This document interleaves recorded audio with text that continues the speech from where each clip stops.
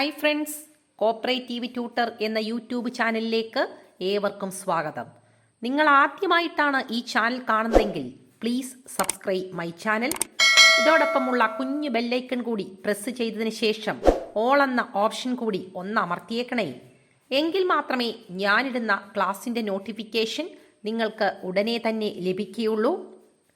ഇന്നത്തെ ക്ലാസ് കോപ്പറേഷനുമായി ബന്ധപ്പെട്ട ഒരു ക്ലാസ്സാണ്.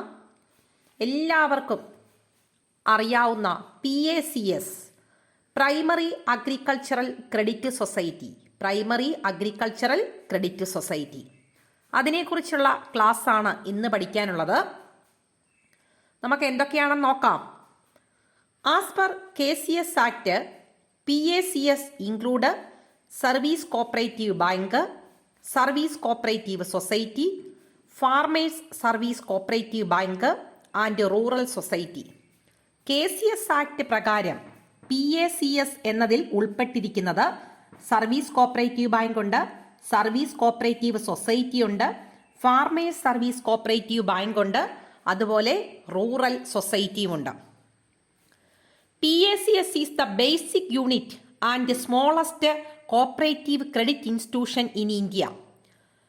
PACS എന്ന് പറയുന്നതാണ് ബേസിക് യൂണിറ്റ്. അതുപോലെ ഏറ്റവും ചെറിയ cooperative credit institutions in India ഏതാണെന്ന് ചോദിച്ചാൽ ഏതാണ്? PACS.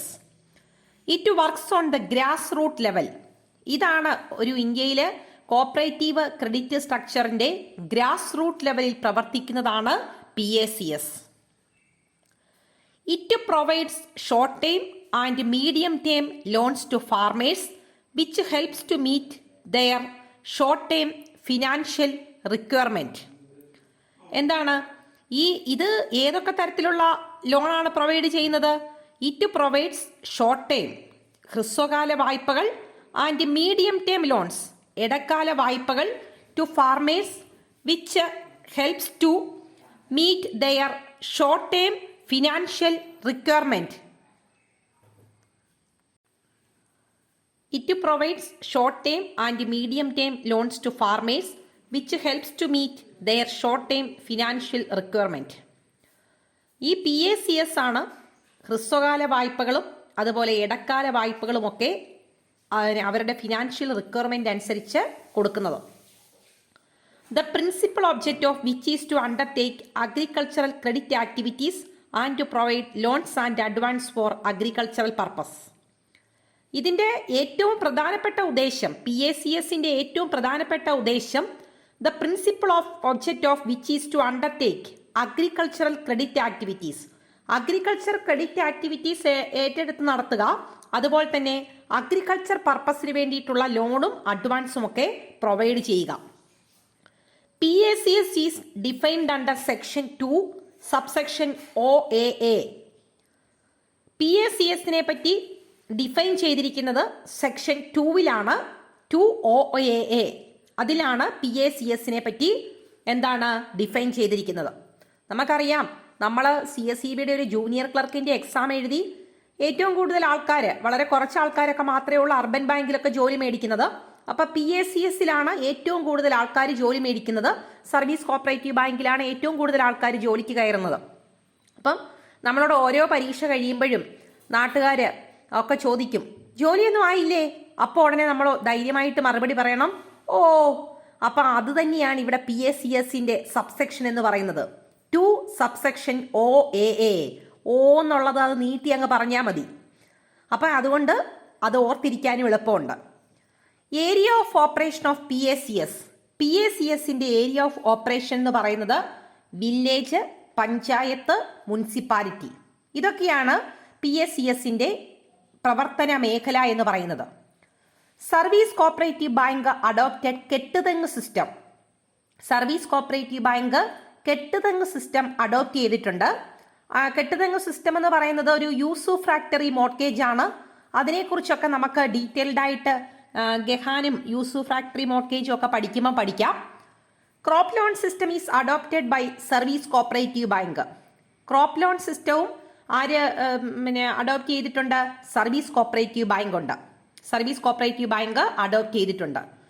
Farmers Service Cooperative Society was formed as per the recommendation of national commission on agriculture. Farmers service society അത് ഫോം ചെയ്തിരിക്കുന്നത് നാഷണൽ കമ്മീഷൻ ഓൺ അഗ്രികൾച്ചറിന്റെ റെക്കമെൻഡേഷൻ പ്രകാരമാണ്. TA Pai committee recommended farmers service cooperative society. അതിനെ എന്താണ് recommend ചെയ്ത കമ്മിറ്റിയുടെ പേര് ചോദിച്ചാൽ TA പൈ കമ്മിറ്റിയാണ്. Primary credit society prepares credit limit statement. PACS ആണ് ക്രെഡിറ്റ് ലിമിറ്റ് സ്റ്റേറ്റ്മെന്റ് പ്രിപ്പയർ ചെയ്യുന്നത്. ഓരോരുത്തർക്കും അനുവദിക്കാവുന്ന ആ ഒരു വായ്പയുടെ പരിധി അത് നിശ്ചയിക്കുന്നത് PACS ആണ്. The chief executive of service cooperative bank is secretary. ഒരു കോപ്പറേറ്റീവ് ബാങ്കിന്റെ ഒരു സർവീസ് കോപ്പറേറ്റീവ് ബാങ്കിന്റെ ഏറ്റവും ചീഫ് എക്സിക്യൂട്ടീവ് ആരാണെന്ന് ചോദിച്ചാൽ സെക്രട്ടറിയാണ്. The chief executive of farmers service cooperative society. എന്നാൽ ഫാർമേഴ്സ് സർവീസ് കോപ്പറേറ്റീവ് സൊസൈറ്റിയുടെ ചീഫ് എക്സിക്യൂട്ടീവിനെ നമ്മൾ സാധാരണ രീതിയിൽ സെക്രട്ടറി എന്നും പറഞ്ഞ് വിളിക്കാറില്ല. പിന്നെ എന്ത് വിളിക്കണം? MD ആണ്, managing director. Safest loan in A cooperative society is gold loan. ഒരു കോപ്പറേറ്റീവ് സൊസൈറ്റിയിലെ ഏറ്റവും സേഫ് ആയിട്ടുള്ള ലോൺ എന്ന് പറയുന്നത് ഗോൾഡ് ലോൺ തന്നെയാണ്. കാരണം എന്ന് വെച്ച് കഴിഞ്ഞാൽ നമുക്ക് ഓവർ ഡ്യൂസ് ഒക്കെ വന്നെന്ന് പറഞ്ഞാലും അത് വിറ്റിട്ടായാലും നമുക്ക് കിട്ടുന്നത് ഗോൾഡ് ലോൺ മാത്രമാണ്. The duties and responsibilities of president, secretary and managing committee members are clearly defined in bylaws. ഒരു കോപ്പറേറ്റീവ് സൊസൈറ്റിയിലെ പ്രസിഡന്റിന്റെ, സെക്രട്ടറിയുടെ, മാനേജിംഗ് കമ്മിറ്റി മെമ്പേഴ്സിന്റെ ചുമതലകൾ, അവരുടെ കർത്തവ്യങ്ങൾ, ഇതിനെക്കുറിച്ച് കൃത്യമായിട്ട് പറഞ്ഞിട്ടുള്ളത് ബൈലോയിൽ പറഞ്ഞിരിക്കും. നമുക്കറിയാം ബൈലോ എന്ന് പറയുന്നത് കോൺസ്റ്റിറ്റ്യൂഷൻ ഓഫ് എ കോപ്പറേറ്റീവ് സൊസൈറ്റിയാണ്. അപ്പോൾ അതുകൊണ്ട് ആ ബൈലോയ്ക്കകത്ത് കൃത്യമായിട്ട് പറഞ്ഞിരിക്കും. Share capital, entrance fees etcetera are the major internal source of funds of cooperative society. ഒരു കോപ്പറേറ്റീവ് സൊസൈറ്റിയുടെ ഏറ്റവും പ്രധാനപ്പെട്ട ഇന്റേണൽ സോഴ്സ് ഏതൊക്കെയാണെന്ന് ചോദിച്ചാൽ ഷെയർ ക്യാപിറ്റല്, എൻട്രൻസ് ഫീസ് ഇതൊക്കെയാണ്. Reserve fund helps in attracting deposit and creating confidence in the members and outsiders. ഒരു cooperative society reserve fund kept ചെയ്യുമ്പോൾ reserve fund helps in attracting deposit and creating confidence in the members and outsiders. ഒരു cooperative സൊസൈറ്റിയിൽ ഇത്ര reserve fund ഉണ്ട് എന്ന് പറഞ്ഞു കഴിഞ്ഞാൽ അത് മെമ്പേഴ്സിനും ഔട്ട്സൈഡേഴ്സിനും കോൺഫിഡൻസ് ക്രിയേറ്റ് ചെയ്യാൻ പറ്റുന്നതാണ്. The growth of reserve fund depends upon the net profit of the society. ഒരു റിസർവ് ഫണ്ട് ക്രിയേറ്റ് ചെയ്യണമെന്നുണ്ടെങ്കിൽ തന്നെ എന്ത് വേണം? നെറ്റ് പ്രോഫിറ്റ് വേണം. അപ്പൊ നെറ്റ് പ്രോഫിറ്റിൽ നിന്നാണ് റിസർവ് ഫണ്ട് ക്രിയേറ്റ് ചെയ്യുന്നത്. The reserve fund is used to meet unforeseen losses. ഒരു പ്രതീക്ഷിക്കാതെ വരുന്ന രീതിയിലുള്ള ലോസസ് ഒക്കെ മെയിൻറ്റെയിൻ ചെയ്യാൻ വേണ്ടിയിട്ട് അല്ലെങ്കിൽ അത് മീറ്റ് ചെയ്യാൻ വേണ്ടിയിട്ടാണ് റിസർവ് ഫണ്ട് യൂസ് ചെയ്യുന്നത്. To build godown, cooperative societies are getting financial assistance from NCDC. ഒരു കോപ്പറേറ്റീവ് സൊസൈറ്റിയിൽ ഗോ ഡൗൺ ഒക്കെ നിർമ്മിക്കുകയാണെങ്കിൽ അതിന് എവിടുന്ന് ഫിനാൻഷ്യൽ അസിസ്റ്റൻസ് കിട്ടും? NCDCയിൽ നിന്ന് ഫിനാൻഷ്യൽ അസിസ്റ്റൻസ് കിട്ടും. Service cooperative bank maintain fluid resources as per the direction of government. ഗവൺമെന്റിന്റെ നിർദ്ദേശപ്രകാരമാണ് സർവീസ് കോപ്പറേറ്റീവ് ബാങ്കിൽ ഫ്ലൂയിഡ് റിസോഴ്സസ് മെയിൻറ്റെയിൻ ചെയ്യുന്നത്. അടുത്തത് supreme authority of a cooperative societies general body. ഒരു കോപ്പറേറ്റീവ് സൊസൈറ്റിയിലെ സുപ്രീം അതോറിറ്റി എന്ന് പറയുന്നത് ജനറൽ ബോഡിയാണ്. Day to day activities are carried out by managing committee consist of 7 to 15 members. ഒരു കോപ്പറേറ്റീവ് സൊസൈറ്റിയിൽ, ഒരു പ്രൈമറി കോപ്പറേറ്റീവ് സൊസൈറ്റിയിൽ 7 മുതൽ 15 വരെയുള്ള മെമ്പർമാർ ഉൾപ്പെടുന്ന മാനേജിംഗ് കമ്മിറ്റിയാണ് അവിടുത്തെ ഡേ ടു ഡേ അഫയേഴ്സ് തീരുമാനിക്കുന്നത്. Managing committee selected by general body. Managing committee elect ചെയ്യുന്നത് ജനറൽ ബോഡിയിൽ നിന്നാണ്. The term of managing committee shall be 5 years. എന്താണ് മാനേജിംഗ് കമ്മിറ്റിയുടെ കാലാവധി എന്ന് പറയുന്നത് 5 വർഷമാണ്. റിപ്പോർട്ട് അടുത്തത് in FSS 2/3 members of managing committee should necessarily be from weaker sections of the community. Farmers service സൊസൈറ്റിയിലാണെങ്കിൽ 2/3 മെമ്പറും എന്താണ് ഒരു കമ്മ്യൂണിറ്റിയിൽ നിന്നുള്ള വീക്കർ സെക്ഷൻസിൽ നിന്നുള്ള ആൾക്കാരായിരിക്കണം. ഇനി അതുപോലെ FSSന് കുറച്ചുകൂടെ പ്രത്യേകതകളുണ്ട്.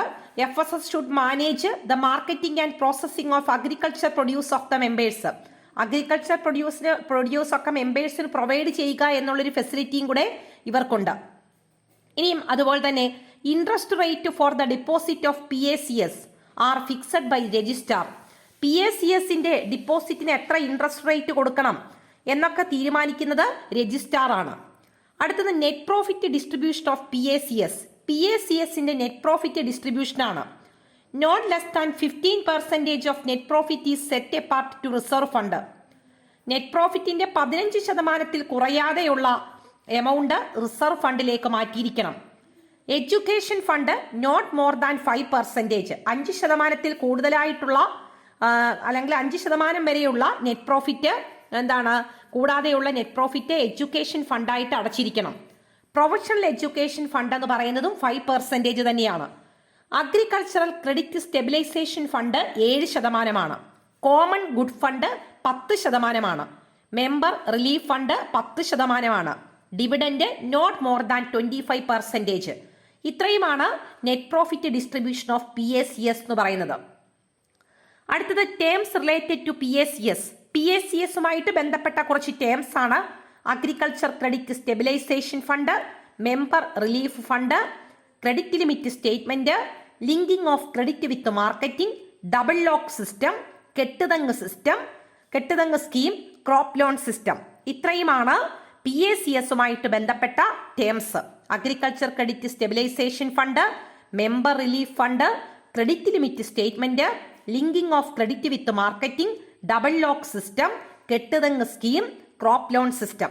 അപ്പൊ ഇത്രയും കാര്യങ്ങൾ PACSനെ പറ്റി നല്ല രീതിയിൽ പഠിച്ചു വെക്കുക. എപ്പോഴും ക്വസ്റ്റ്യൻ പ്രതീക്ഷിക്കാൻ പറ്റുന്ന ഒരു ഏരിയയാണ് PACS എന്ന് പറയുന്നത്. ഇന്നത്തെ ക്ലാസ് നിങ്ങൾക്ക് പ്രയോജനകരമായി എങ്കിൽ ലൈക്ക് ചെയ്യാനും ഷെയർ ചെയ്യാനും മറക്കരുത്. അതോടൊപ്പം ക്ലാസ്സിനെ പറ്റിയിട്ടുള്ള നിങ്ങളുടെ വിലയേറിയ അഭിപ്രായങ്ങൾ കമന്റ് ബോക്സിൽ രേഖപ്പെടുത്താൻ മറക്കരുത്. കമന്റ് ബോക്സിൽ കമന്റുകൾ രേഖപ്പെടുത്തുന്നതാണ് ഇങ്ങനത്തെ ഒരു ക്ലാസ് എടുക്കുമ്പം എനിക്ക് കിട്ടുന്ന ഒരു സാറ്റിസ്ഫാക്ഷൻ. അതുകൊണ്ട് തീർച്ചയായിട്ടും നിങ്ങൾ കമന്റ് ബോക്സ് നിറഞ്ഞു കവിയുന്നത് പോലെ കമന്റ് വന്നോട്ടെ, യാതൊരു കുഴപ്പമില്ല. ഞാൻ എത്ര സമയമില്ലെങ്കിലും ആ കമന്റ് ബോക്സിൽ വരുന്ന കമന്റ്സിന് മറുപടി നൽകുന്നതാണ്. അപ്പൊ ഇത്രയും നേരം എൻ്റെ ക്ലാസ് കേട്ടുകൊണ്ടിരുന്ന എല്ലാവർക്കും താങ്ക്സ് ഫോർ വാച്ചിങ്.